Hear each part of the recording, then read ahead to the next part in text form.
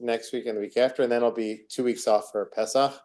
Then we'll come back for 2 more weeks. So it's really 5 more classes, including today. It's kind of crazy. It seems like we just started, but we're gonna have some opportunities over the summer too. We're gonna do like we did a walk and talk last summer. We're gonna do that again this summer, and maybe another class as well. So we'll have opportunities to learn. So it's hard to figure out how to break up this topic, so I just chose to do a very heavy one today, and actually it's all heavy. I'll show you what we're doing today.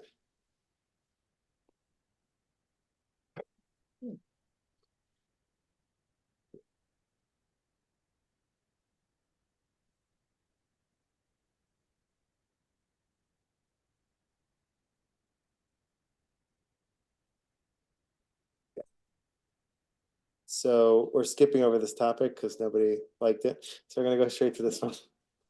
I like that topic, but it's like there wasn't much interest in it. Which topic? Ethics of artificial intelligence, of AI. It's only the biggest topic going.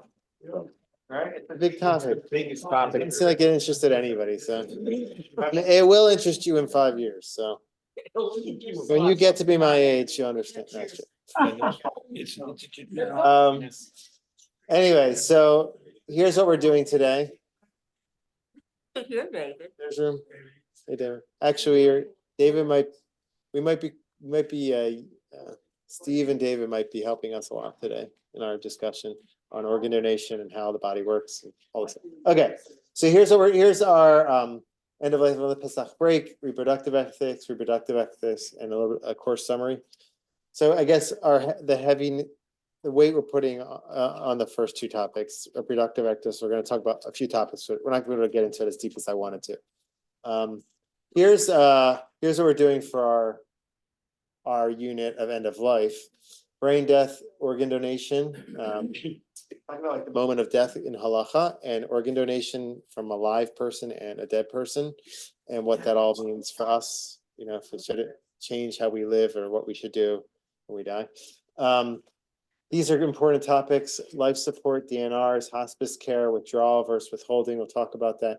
End of life planning, like the serious stuff. So we're gonna give me the next 2 weeks. We're gonna tap into those topics. Rabbi Jason Weiner is a friend of mine. He came here to visit Beth Tefillah. He was a guest speaker. If anybody remembers him, here's one of his books. Anybody? Do you remember him? Yeah. About the organ donation. He was here this year. Yeah. So we had someone here this year. I'll show you, I have a picture of here. This was pre-COVID. Rabbi. That's him. It's hard to actually tell, but this is him. He's donating a kidney here. So anyway, he's a wonderful man. He's my Rabbi Brody was my resource for the previous unit. He's my resource for this unit. He sent me like 10 of his source sheets. He's a friend of mine. And here's one of his books. A great one. And here's another one. So this one, an award, Rabbi Sachs Book Prize. So I put the pictures of them on there, and I'll link to it in the sources part here, okay? If you want to access that. So those are our topics. So this is from a website called Amatai. Amatai is an organization that is actually run by Rabbi Shlomo Brody and Rabbi Jason Weiner together. So yeah, so basically they teach this course, what I'm doing, like sometimes 3 units as well. The last part is usually a guided session to help people write their healthcare directives for when they for their final days. Basically, it's a legally binding document that's like they added a few unique pieces to it from a Jewish perspective, and so we're going to take a look at that. So basically, our learning is going to kind of be guided towards that. We're going to be talking about death, the moment of death, organ donations, what should happen with our bodies in our final days, those types of things, and autonomy. And then that'll bring us, we'll take a look at this document, see what they have to say with that, and then you'll see what you want to do with it. You know, I have one of these, I wrote one out.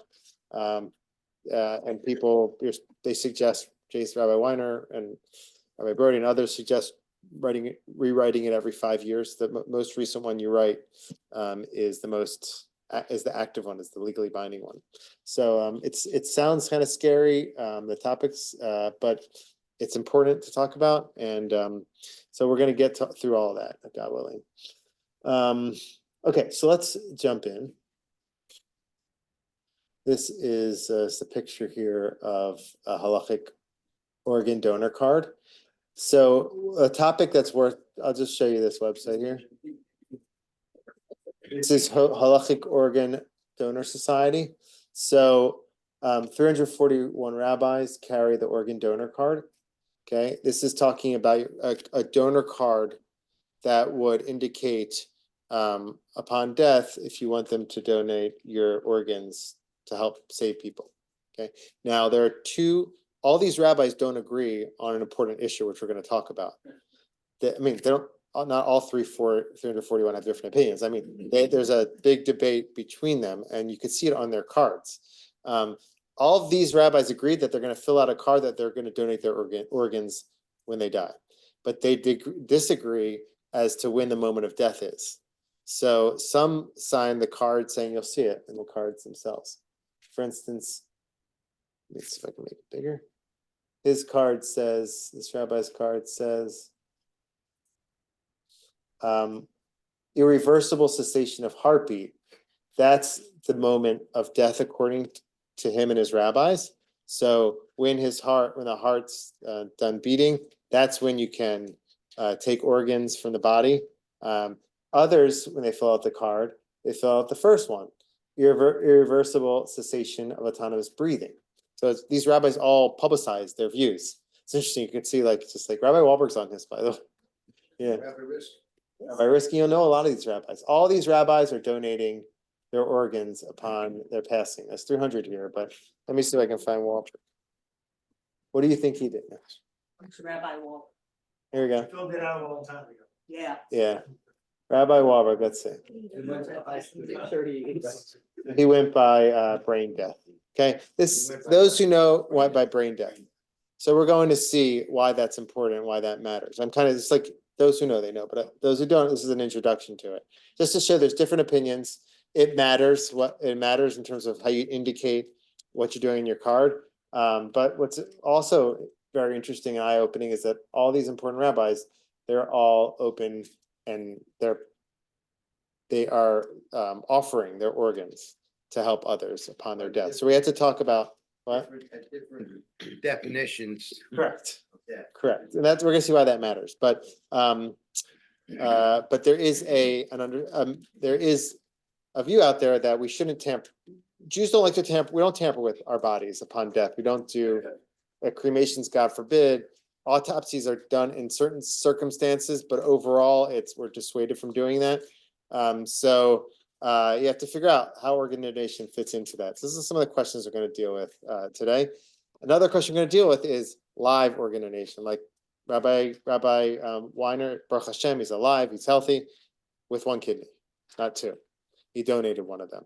So is there an obligation to donate our organs while we're alive? Can help save somebody?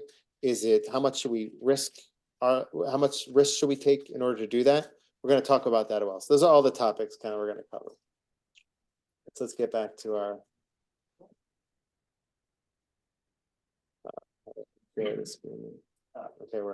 let's get back to it. Okay, so here's the introduction. Oh, we did that. Okay. What? You getting dizzy? Does it make you dizzy? Sorry. Okay. Here's the questions we're going to talk about. Okay. I'm going to go slow. Okay. All right. Here's the two topics, moment of death. Let's get into that. Okay, here's Rabbi Wahlberg's card. All right. So here's a picture of Rabbi Herschel Schachter, Rabbi Asher Weiss. These are rabbis who have stated their opinions on these topics. We're going to hear what they are as we go along. These are guides to the modern Orthodox community. These are like the central poskim today. Okay, so here is a case that Rabbi Weiner brings in this book, Jewish Guide to Practical Medical Decision Making. And this is why the topic matters in terms of the moment, deciding the moment of death. Let's read that. The son of a dying patient, can you see it? The son of a dying patient once called me to ask me to sit on a family meeting with him and the doctors caring for his mother in one of our intensive care units. So Rabbi Weiner is the head rabbi at Cedar Sinai in LA. It's like a very big hospital. He's like the senior rabbi chaplain there. Prior to the meeting, he explained to me that he was well aware of the fact that his mother was in very critical condition and dying, but his focus was on what his role should be. As long as she was alive, he explained to me, he would be by her side, honoring her in whatever way he could as her son. As soon as she was declared dead, he would change his focus to planning the funeral and beginning the grieving process. The doctors arrived to begin the meeting and explained to the son that his mother had now been declared brain dead. Okay. He asked for clarification what exactly that meant, obviously trying to better understand his mother's status in Jewish law and his concurrent obligations towards her. One of the fellows, impatient with the son's different way of seeing things, blurted out, "She's dead. That's what it means, dead." The son began to cry, and the entire discussion had to be reframed to establish better communications. Shortly thereafter, as we tried to navigate accommodating his patient's religious commitment. So first off, the patient is brain dead. So if it's dead, so what's the question? Well, the patient can be brain dead, but still on a respiratory machine and ventilator, and being provided air, and the heart could be beating. And so you could view the body as alive because of that, or you could, as the other fellow said, she's dead. That's what it means, dead, because the brain is she's brain dead. So shortly thereafter, as we tried to navigate accommodating this patient's religious commitments, which do not accept brain dead at a valid definition of death, i.e., if he would just follow that approach, his mother, who would be on the ventilator, could be on the ventilator for years, perhaps. No, a year? No. How long? It may be a few days to a Is week that- or so. The word brain death is actually a misnomer. Sorry, I'm an ICU. Brainstem. Called irreversible coma by the Harvard criteria. Okay. And actually, when the patient is in that state, it's not going to continue for more than a few more days, a week or so, Okay. but it's not going to go for So years. in Israel, when you have individuals on ventilators, that's because they're in a coma. They're not necessarily. A coma is different. Correct, but that's why. They mean, okay. Thank you. Please feel free to help out with this. No, it's good. I taught my AI class for men's learning, and thank God we had someone like Michael Bressler is like an expert in AI. So it's always helpful to have experts in it. I know how to teach a page of Talmud, and I know a little bit of this, but any helps is helpful. Okay, so again, shortly thereafter, as we try to navigate accommodating this patient's religious commitments, which do not accept brain death as a valid definition of death, that particular ICU had become full. And another critically ill patient arrived in the emergency room whose life could be saved in that ICU if only a bed were available. This is an ethical problem that can arise, a challenge that can arise based on one issue that could arise from defining death as brain death or cardiac death or respiratory death.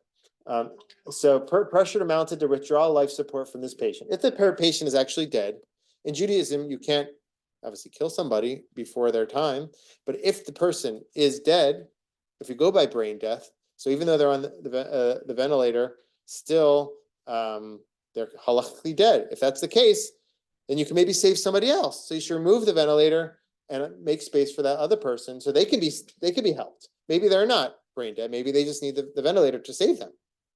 Okay, so that's an issue. This issue came up a lot during COVID.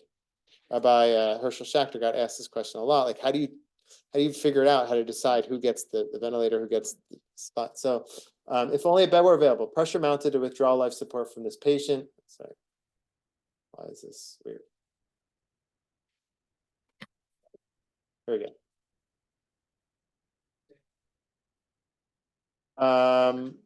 Who had already declared dead by American law. However, Jewish law does not permit sacrificing one life for another life. Okay, so that's the predicament. He didn't explain what happened. But if that individual was following the rabbis who say we only go by cardiac death, so they wouldn't have and they have to follow if their proxy was the rabbi, they have to follow what the rabbi says, and they couldn't remove them from the ventilator because that would be causing them death because they're not dead yet, because they might have brain death, but their heart's still beating and they're still breathing with the help of the ventilator. Raised. Yeah. So that's you get the problem. Like this is one problem, spaces in the hospital. Another issue which we're going to talk about is how harvesting organs.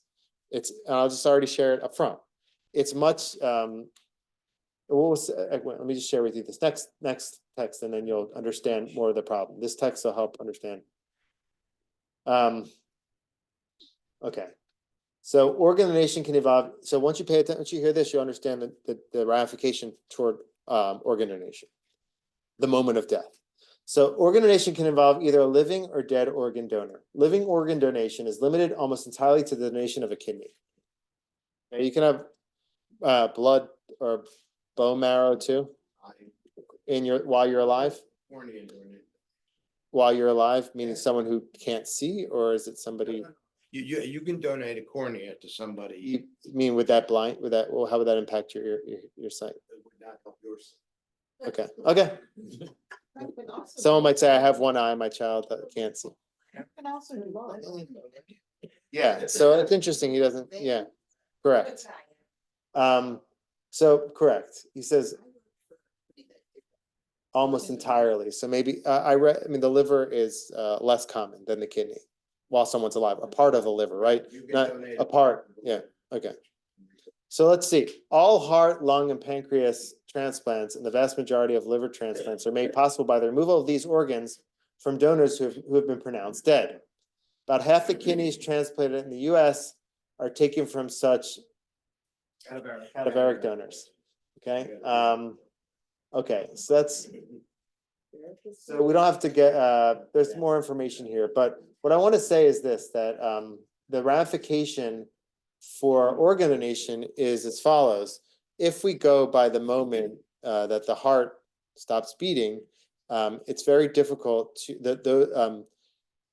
the moment that happens, the organs stop receiving oxygen, and they can't be donated to somebody who needs them. They're not useful. If we go by brain death, then the heart could still be pumping, and you can you can remove organs from the individual, even though the heart's pumping and air's being cycled through the body because the person's halakhically dead. If that's the case, you have access to all these organs that can help save somebody's life, and in those cases, those people will need it ASAP to save their lives. So accepting brain death as the moment of death not only helps you or frees up a bed in the hospital if that's an issue. It also enables you, if you define it that way, to have more organs to donate to other people because they have the proper oxygen and they're in proper shape to donate to other people.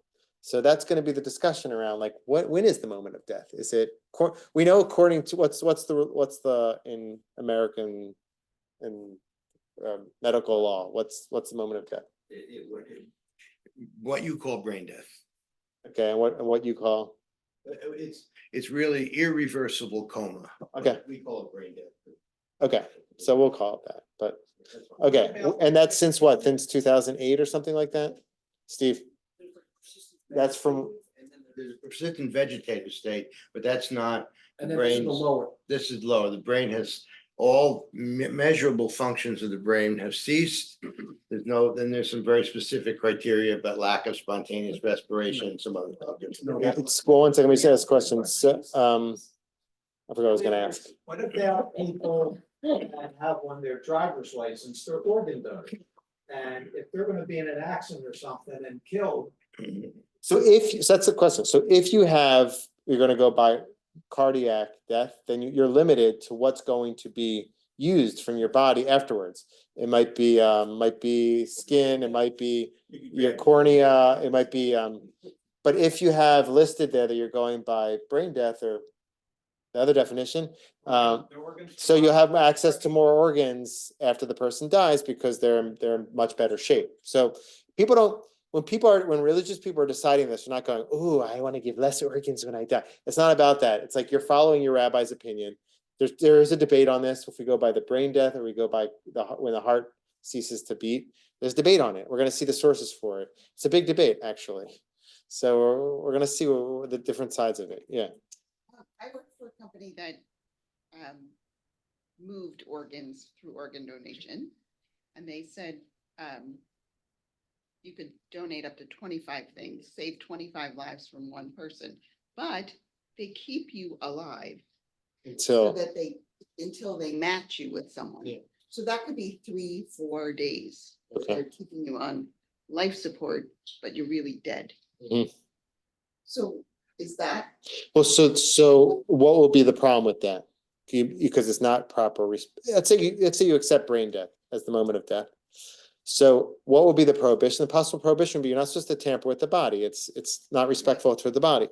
Those who allow it, they say we're allowed to override certain prohibitions, especially rabbinic ones, if it's going to save a life. You're allowed to override all the commandments in order to save a life, except for you're allowed to override commandments to save a life. So they would say that tampering with the body is problematic. We don't do that. You never would tamper with someone's body in a normal state. But if you're doing it to save somebody's life, so therefore that prohibition would be overridden. What is that tampering? Keeping the body alive?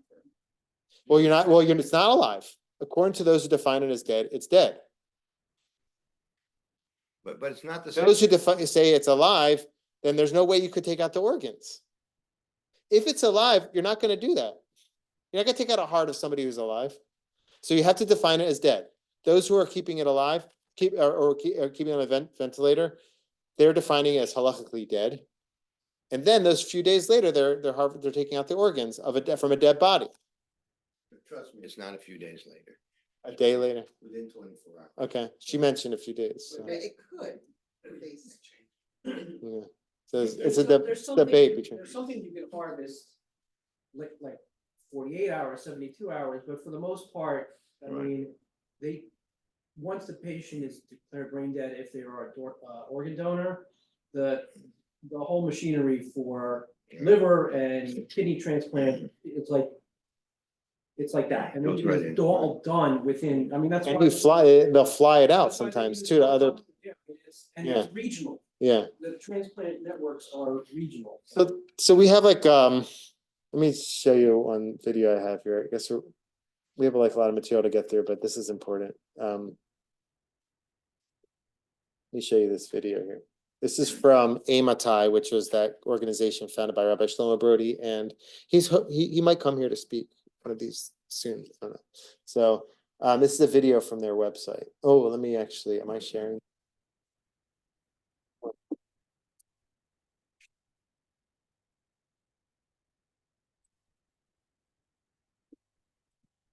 Interchangeable. A patient whose brain is dead, while a patient who is in a coma or vegetative state is alive and sometimes can recover. Let's try to understand these terms. The brain consists mainly of two parts, the cortex and the brainstem. The cortex allows us to feel, think, and speak, while the brainstem controls breathing and also plays a critical role in human consciousness. Say someone gets into an accident. If his cortex is damaged, he can fall into a coma or a vegetative state, which are both just different forms of unconsciousness. As long as his brainstem, the seat of human consciousness, is undamaged, he can still breathe on his own. Typically, however, to make it even easier for the patient to breathe, he is attached to a ventilator. And as we said, it's possible to recover from both vegetative state and coma. By contrast, brain death is not merely a form of unconsciousness, it is death. Outside the hospital, if a person's brain dies, he can't breathe and his heart and all other organs die within a few minutes of the death of the brain due to oxygen deprivation.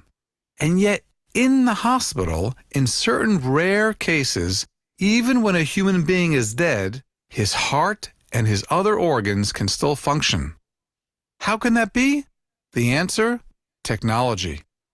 In cases where the comatose or vegetative patient had been connected to a ventilator and then afterwards the whole brain dies, the heart keeps beating because it is artificially getting oxygen from the ventilator. The heart has its own natural pacemaker that compels it to beat, and it does not know the brain has died. The heart then feeds oxygenated blood to all the other organs, keeping them functioning as well.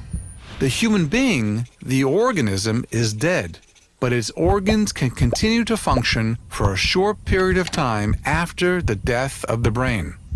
But let's be clear, no one has ever woken up from brain death because brain death is death. Understanding these medical terms can help us better cope with end-of-life medical situations that we may face in the future. Properly using these terms will allow us to understand when there is hope and when there is no hope. If you've learned something valuable from this video, Okay. Let's close it. That's very well done. Yeah. So now we're going to see that, so when they're saying brain death is death, according to their opinion, 100%. According to different opinions, there's different opinions on this within Judaism. So let's see. Can I make one comment? Yeah. That the cardiac definition of death, let's call it that, has been around for quite a while, way before these problems would have come up. There were no such things as ventilators at the time of the Mishnah. There was no such thing. Yeah. So you have to understand, that's why many I've heard a number of things on this. Many Rabbanim have now updated their opinions, and I did hear one say that those who believe that brain death is not death are a little brain dead themselves. That's like the statement that anybody who believes Before there It was ever- no, like, in earlier times, there was no way to measure brain death. so that's what we're gonna see right now. There's two central sources that are used. And I did like a bunch of research on this. I read a whole like essay by rabbis connected to YU and the RCA, where they went through these two sources and everybody explains them in different ways to match with their opinion.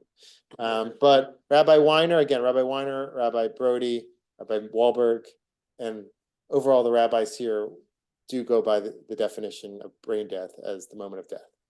Okay, but I'm presenting you the array of opinions in connection to this, and there are very important rabbis who hold by the other opinion as well. Rabbi Willig, Rabbi Herschel Schachter, and others. So They hold by brain death. they hold by cardiac.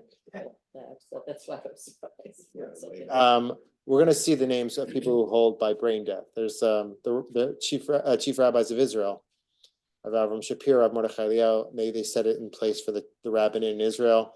Rabbi Asher Weiss holds like that.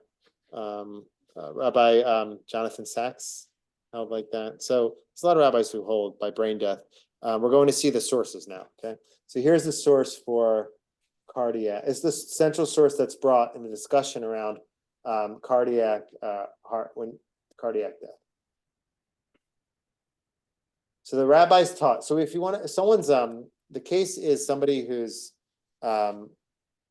underneath rubble, okay, and you're trying to figure out it's Shabbos. Okay, you're trying to figure out if anybody's alive down there. If they're alive, you're allowed to undo the rubble, even though it might be desecrating the Sabbath, because you're trying to save a life.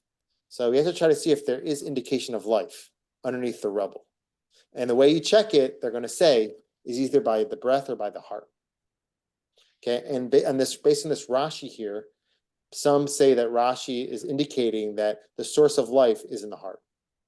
And this is the source that's brought. If you were like, there's two sources. Yoma 85a is a source for cardiac death. So rabbis taught if a person is buried under a collapsed building, until what point does one check to clarify whether the victim is still alive? Until what point is he allowed to continue clearing the debris? They said one clears until the victim's nose. Okay, so you keep clearing until you see the nose. Once you see the nose and you see you feel if it's breathing or not, if it's alive, you remove the debris. If it's not, then you don't remove the debris because that will involve work on the Sabbath. So if he's not breathing, he is certainly dead. And some say one clears until the victim's heart to check for a heartbeat. So you clear even more to reveal the heart. You put your hand on the heart, you see if it's beating. If it's beating, it means that the person's alive. Rav Papa said the dispute with regard to how far to check for signs of life applies when the digger begins removing the rubble from below, starting with the feet to above. In such a case, it is insufficient to check until his heart. Rather, one must continue removing rubble until he is able to check his nose for breath. But if one cleared the rubble from above to below, once he checked as far as the victim's nose, he is not required to check further, as it is written, all in whose nostrils was the breath of the spirit of life. So what's stronger here actually in this text, the nose or the heart? What do you think? It's the breathing. It's the. Seems like the breathing, actually. So Rabbi Linzer is going to point this out in his article in this. This is a book, a compilation of essays on brain death in Jewish law. Okay, for brain death as the moment of death. Rabbi Linzer has an article on. We're going to see. So he's going to say that this doesn't highlight the heart; it highlights breathing, and that aligns with brain death. But let's put that aside. So you're unconscious, you're not breathing. Yes, you No, are. that's not true. You are. You are. Yes. Although, You can be breathing while you're unconscious. Absolutely. Can you hear the question, Nadine? Did you hear that question? The question was, if you're unconscious, you're not breathing. The answer is you are breathing. So here's the Rashi that we need to see. Rashi says this. One holds that in his heart, it is possible to detect signs of life because the soul pulsates there. So we go by the heart because the soul pulsates there according to Rashi. Okay. Now, but what about the breath? And the other one says that it's his nostrils, for there are times when signs of life are not detectable in his heart, meaning it all goes by the heart, but you can't always, sometimes the heart can't always indicate. There might be some sort of like obstruction or something, you can't feel it. So you can always feel, according to this, the breathing. And so that's why there's a preference to the breathing here, but it's not because the breathing is the most important thing. It's the heart. The soul, the neshama pulsates in the heart. So people bring this Rashi, rabbis bring this Rashi and this Gemara to point to the fact that the moment of death is indicated by if the heart's beating or not. So here, Rabbi, I just would want to point out, and I think the other physicians here and healthcare workers would agree, if you're not breathing, after a while, not too long, your heart's going to stop. correct. I mean, and back in those days, that was. So hear this source. This is the Tzitz Eliezer. He's this is him. This isn't Rabbi Wahlberg, it's Tzitz Eliezer. But it's the Waldenberg, okay, so it's close. Anyway, but he was a big Rav actually. He wrote he was a big a Baal Plukta. He was in debate often with Rav Moshe Feinstein, going back and forth. He was the rabbi at Shari Chesed, I think, in Yerushalayim, their rabbi, and he wrote a lot of stuff. Anyway, so he wrote this based on this Rashi.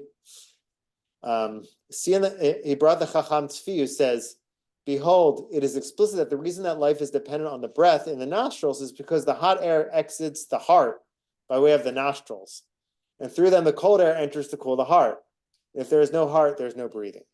Okay, I don't know if that's science, but it's their understanding of it. Okay, I'm just trying to say, this is their opinion on it, that there's a link between the heart and the breathing, and everything goes by the heart, according to this source. So this is the source that's brought. Rav Willig brings this source many times, who's the Rosh Yeshiva of YU. What? This was, he passed away not too long ago, 2006, I think. So I don't know when he penned this. This could have been in the 70s or whatever. So from all has been said, emerges that the definition of the moment of death in halacha is in general the stopping of the beating of the heart and the breathing of the nostrils. And after death has been established, we wait for a little bit. Regardless, we cannot keep the body unburied overnight. So he's bringing it for another reason. But okay, so that's the opinion. There are many. Chazon Ish says this. Others say this as well. So it's good to know this opinion, yeah. How do rabbis handle the issue of having a layman who's not a medical person making a determination that the person's dead? Have a layman. Yeah, in other words, the layman comes upon somebody who's in the wrong. And you know- We're asked to trust, we're commanded to go to a doctor to get help. It's Rapo Europe, and where religious people would try to go to the rabbis in Israel, for instance, would suggest that they go to places where they can get help from people that are trustworthy. But it's not me The who's f- figuring out the wrong, because I really need somebody who's. Can you hear Ted, by the way, at home? Barely. Barely? Okay, No, so it's not me. I don't know. figuring out I had a feeling they might have. To determine that she's dead, I really need somebody with some kind of expertise, to make that judgment call. Like to judge if someone's, I think you would err on the side, like if there's any, even the laws of Shabbat and transgression of Shabbat, even if there's a doubt that somebody might be in danger, we desecrate the Sabbath. So you don't have to be an expert in the sense that if there's somewhat of a doubt, if you perhaps felt a heartbeat or you perhaps felt a little bit of breathing, you would immediately, so I don't know if you have to be an expert to find the. But you're still making that determination. I mean, sometimes it's a question of, and you don't have any time, whoever's there has to try to do this, so. You don't always have time to call a doctor to save a life, I mean. Yeah, but they're suggesting if you, that a layman, if it doesn't feel anything coming out of the nose, doesn't feel the heart, you can stop. And So that's fine. that's difficult, yeah. You know, having a layman with any. I think you have to keep, I don't know, I would imagine you have to keep trying to see if maybe move it around, I don't know, like what you have to do, you have to try to. I think you would wanna, see, if you're the only one there, that's one thing, but maybe get somebody around just to back up. Yeah, I don't think I think there's probably a few conditions that have to be met as well to declare that it's for sure dead. Okay, Because otherwise you're not trying to. What? You're not trying to save a life. so you should try your best. You have other alternatives to determine breathing, because you can look for a pulse, you can put your hand to their neck, right? You can that- search. That are kind of close by, and if you got somebody in the rubble, you. Can you hear? Your ear down by the neck. I'm Okay. serious. It's very sensitive. Yeah. It's- All right, it's- so let's, Here. okay, good. How you doing on Zoom, by the way? Doing good? You guys following? You with us? Yeah, but we Give a can't thumbs up. hear when they talk from so far away from the mic. Okay. I'll try to repeat it if you can't hear, okay? Let me know if you can't hear. Okay, that's okay. All right, so let's see the other view. That's that one, that's that view. Here's some pictures as clips from Google. All right. Here's the brain death view. Here's the source. Here's the video we saw. Here's the source that's brought. It's kind of like a obscure source a little bit. We'll see why. But it's brought, Rabbi Linzer has like a very interesting twist on this, so we'll see.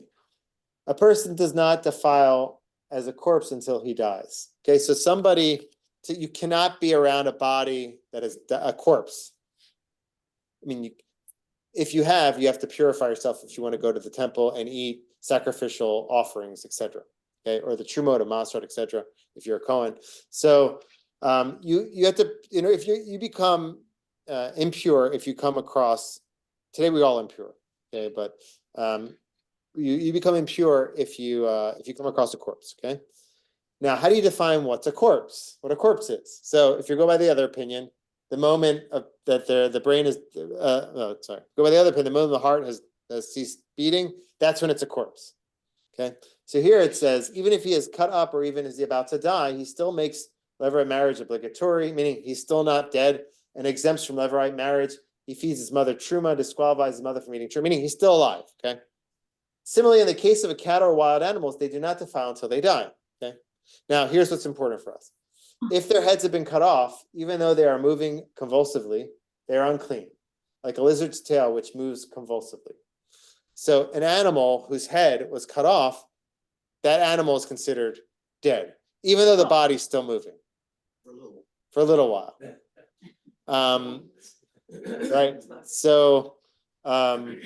So this source is brought in relation to brain death because you can have a situation where the heart could be beating, the blood could be flowing, but the head is as if severed from the body, meaning that there's been brain death, the brain stem is dead, and nevertheless, the body's still moving and alive. And this source will categorize that as dead. Okay, here's the Rambam.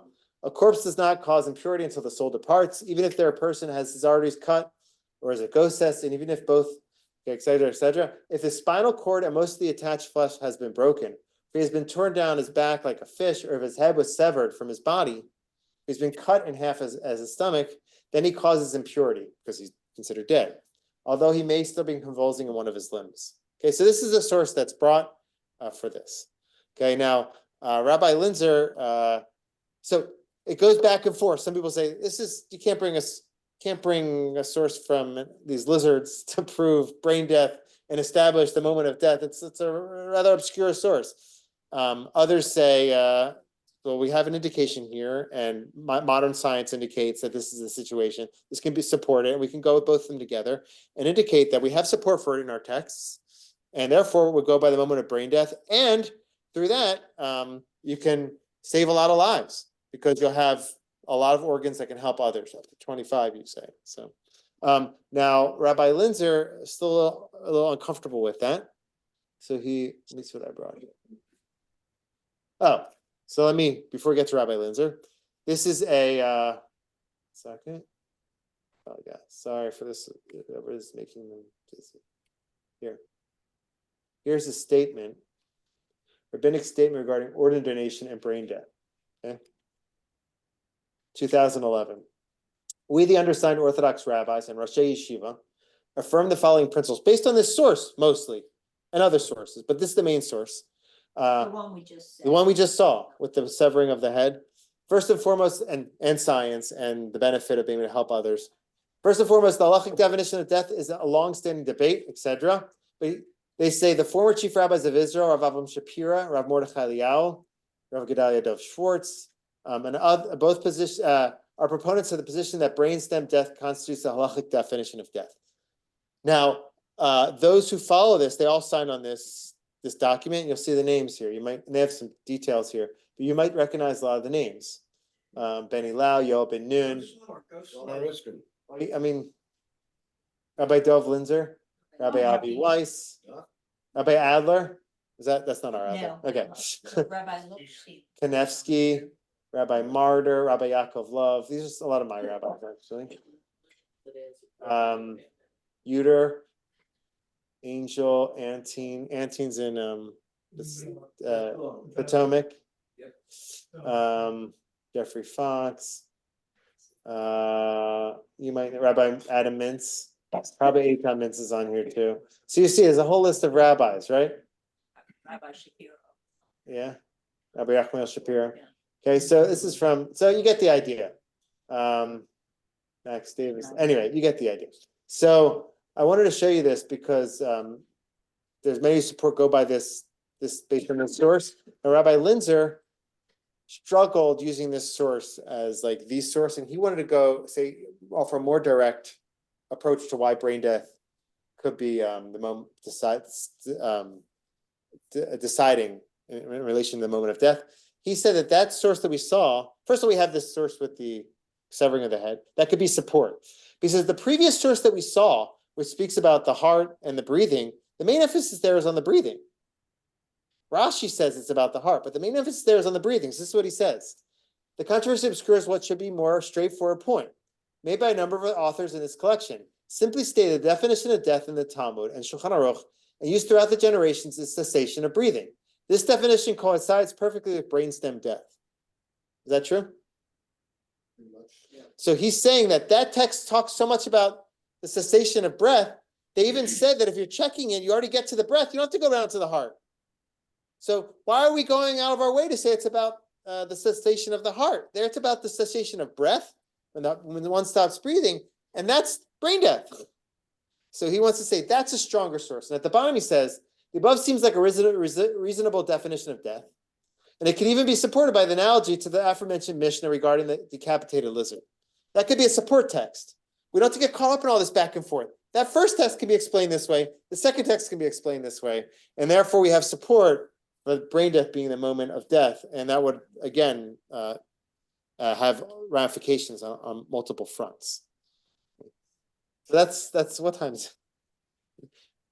7:49. Okay, we have a little bit of time. Okay, so any questions on this so far?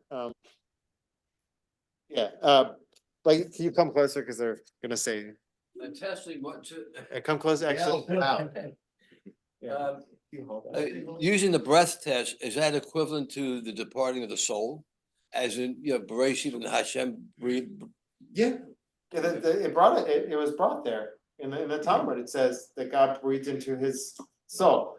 Rashi says that's indicative of the fact that his heart's beating. But Rabbi Lindsay says the simple reading is that it's just about the breathing. But Right. it's an equivalent soul breath. Yeah. Okay. A neshama is neshima. Neshima means to breathe. And interestingly enough, from the modern medical, God blew into his nostrils, Nishmat Chaim, the soul of life. interestingly enough, from the modern medical point of view, there are several criteria which must be met for calling irreversible coma brain death. And the most important of them is lack of spontaneous inspiration, spontaneous ventilation following certain criteria. So that actually is the big one, as long as it meets certain criteria. Any questions at home? Any thoughts or, yeah, Laura? Well, so the Harvard Committee studied the I've been watching it. I just feel like this isn't as big as it's all good. So wasn't there a debate years ago of whether or not organ donation was even allowed? And then when did it become a thing? Because weren't you supposed to be buried whole? Correct, so, there is discussion, I brought many of the, like 300 some rabbis who said that it's allowed, there's two types of organ donation, there's one is alive and one is dead, so, one is alive, that's good discussion, we're gonna see probably more next week than this week, but, the discussion there is how much do you risk your health and your life to help somebody else, because when you're removing a limb, for instance, or your part of your liver or your kidney, does that entail danger, and how much should you endanger yourself to help another? Discussion around after one's died, some say you shouldn't tamper with the body at all. The problem will be tampering with the body after you define it as dead. And another problem that some consider is that they want to make sure that they're buried whole, because they want to be resuscitated, revived in the end of days. We talked about that in second semester here. Reincarnate. For it to be revived as a whole body. But many of the poskim, almost all of them, they say that that there's no source for that, saying that you have to that you won't be revived if that's the case. And they say that those prohibitions of tampering with the body are real. We should not mess with the body, but they are overridden when it comes to saving somebody else. Okay, so that's the answer. That would be the answer. Yeah. That was my question too, because I was always taught, do not tamper with the You're body. not supposed to. So I'll show you. Here's a chart which kind of weighs the. Sorry.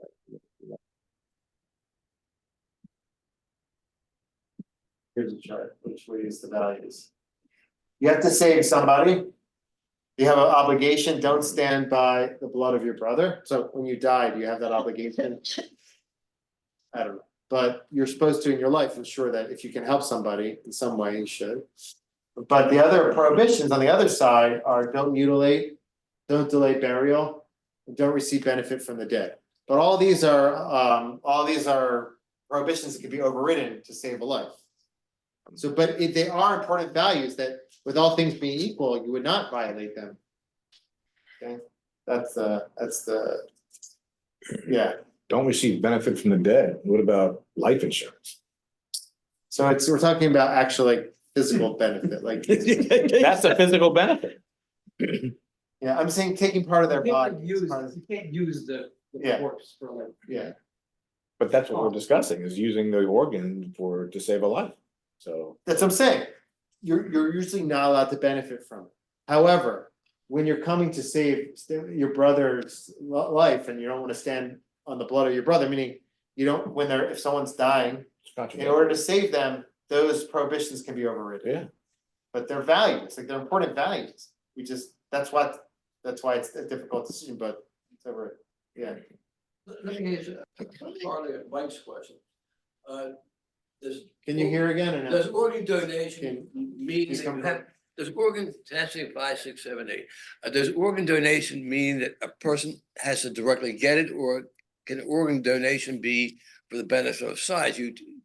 You take an organ that's a good and that question. organ goes to some place where they study a disease, so. Yeah. That's an autopsy. Yeah, no, it's not, that's not all, not all. No, for the benefit of science. No, because the science can benefit. To me. Yeah. I understand it. I'm saying it's a similar question, like, can you tamper with your body in different ways for science, the purpose of science? But that's to save a That's life. not directly. And to save a Because life. the science could ultimately save somebody or multiple people's lives. Correct, so Is it I have to one- look is it deeper one into of that, the I three? know that Rabbi Weiner was talking about how there are cases where that can happen, I have to look deeper into that to give you like a very clear answer. That's a great question. Also, like, how far does, we're gonna. Yeah, 75. We're gonna have to we're looking into live, like how, like, let's say you wanna help somebody cosmetically, are you allowed to donate organs to help somebody cosmetically, like they need skin or something like that? How far do you go? Like, so we're gonna talk about that. Let me give you a little intro to that topic, unless there's like any other questions on this topic that you're thinking about at home. Or in person, yeah. So when they say that you can't benefit from the death, a hospital benefits from it. I mean, a hospital will pay $36,000 for a dead body for the organs. So is it a Jewish, I mean, we're talking about. So someone's halacha. benefiting somewhere. I'm saying they're not supposed, I mean, according, we're talking about Jewish law, not what the hospitals do, like, according to Jewish law. You should not be using the body except like to save others, or, you know what I'm saying, you shouldn't be benefiting. The obligation to save others overrides the prohibition to benefit from the body, but otherwise you really shouldn't be benefiting. Rabbi, Who is you? That's a somebody good question. that Who's is- So it's you, the religious Jew, who's following Orthodox law. So that's, meaning a hospital that's not Jewish, they're doing it, doesn't mean I have to hold that up as the model for what we should do as Jews. Right, and what about for medical purposes, so for science? Yeah, so I wanna look deeper into that, I was asked just now, it's a great question. somebody who does not have a halachic organ donor card, Yeah, but has given medical like power of attorney or what to somebody who's there when they would be declared. Like proxy, brain dead. A yeah. proxy could make the decision to then. I think so, right? Do that. Should Yeah. be able to. Yeah, so on what makes the Amatai directive special is like they have a lot of guiding questions that aren't binding. Meaning like, it's not like, but they offer indication of like what your values are. So that the person who's your proxy and your rabbi, whoever you list there, can have more guidance. And more understanding of where your values are. And so we're gonna see like that, some of that might come into play there as well, even if they don't say specifically about that, you can maybe indicate from their values or what's important to them. So we'll see that a little I bit. mean, the whole idea of a proxy and why the document is your wish is not to substitute the person who's designated. The person who's designated as the proxy is supposed to be going according to your wishes. Correct. The problem not is- their The judgment. problem is like you don't, the proxy. Doesn't might, it's like Rabbi Weiner, he brought a case where he says, people list me, so I'm an Amatai. They list me as their proxy or as their rabbi.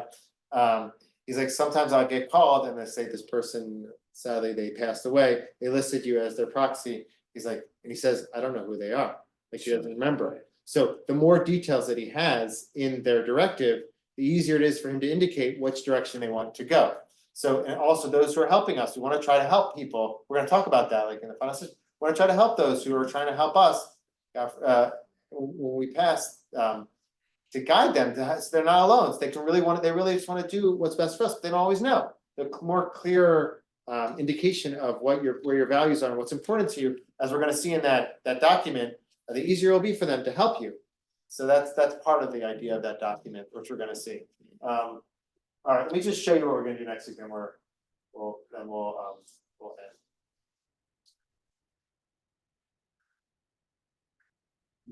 Okay, so next week we're gonna talk about live organ donation, and we're gonna talk about the obligation to save lives. And we're gonna talk about, very interesting, like at what cost.